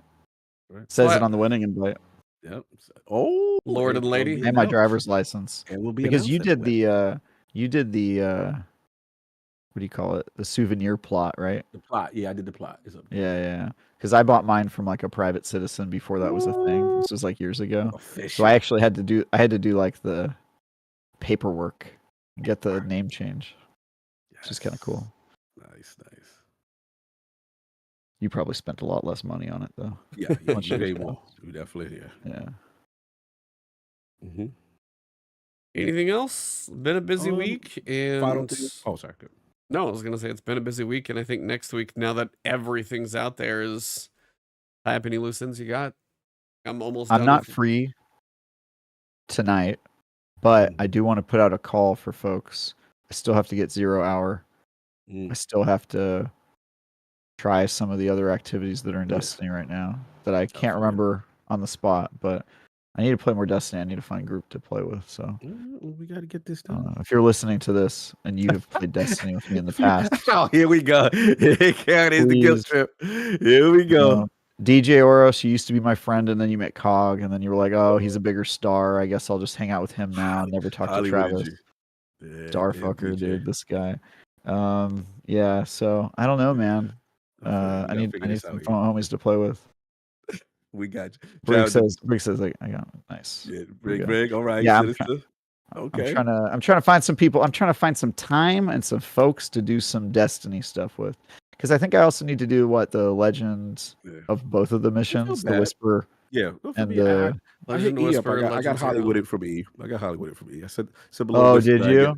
Yeah, he does that, dude. He's crazy. I saw what the activity was. He's like, "Oh hell no!" As soon as he got, when did you ever ask me? I haven't seen inviting you in a long time. No, I sent you in the text. Maybe you don't have your text filtered. I typically have it turned off.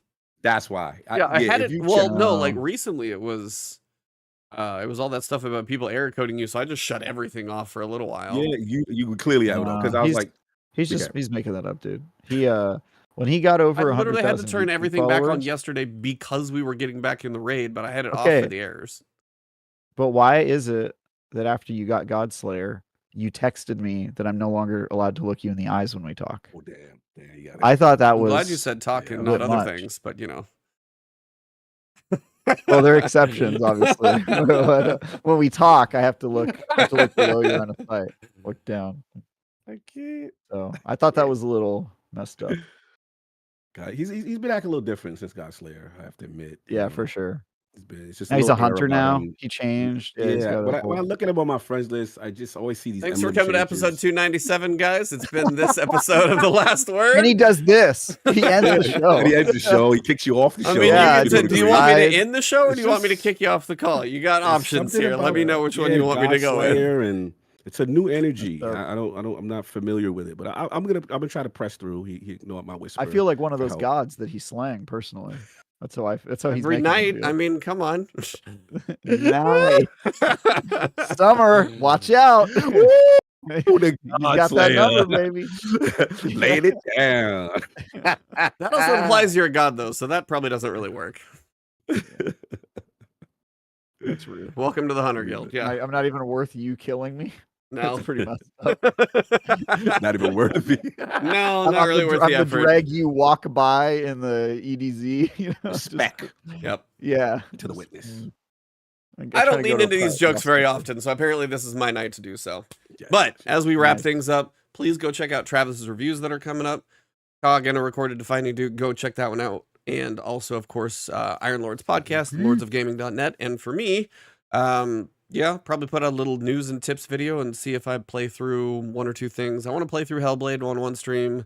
And I got a couple other things I want to check out before. I want to play that too. I need to find time for it. It's like, it's going to be one stream and I just want to like knock it out. So especially since so many people have lowered my expectations. I feel like I owe them a thank you because I'm probably going to enjoy it a lot more now. Yeah, I mean, I think that's probably true. You're not wrong. Yeah. I feel like, hey, the first one was pretty good. And everybody's like, this one's not that great. And I'll probably go through, that was pretty good. And I'll be like, the last one was like, a lot of people gave it like a 7 or 8. And I kind of assumed that this would maybe be a little higher, but people are saying maybe it's lower. And I'm like, all right, well, it's a good expectation to have. If it's a 7, if it's a 7, 7.5, probably not like a 3.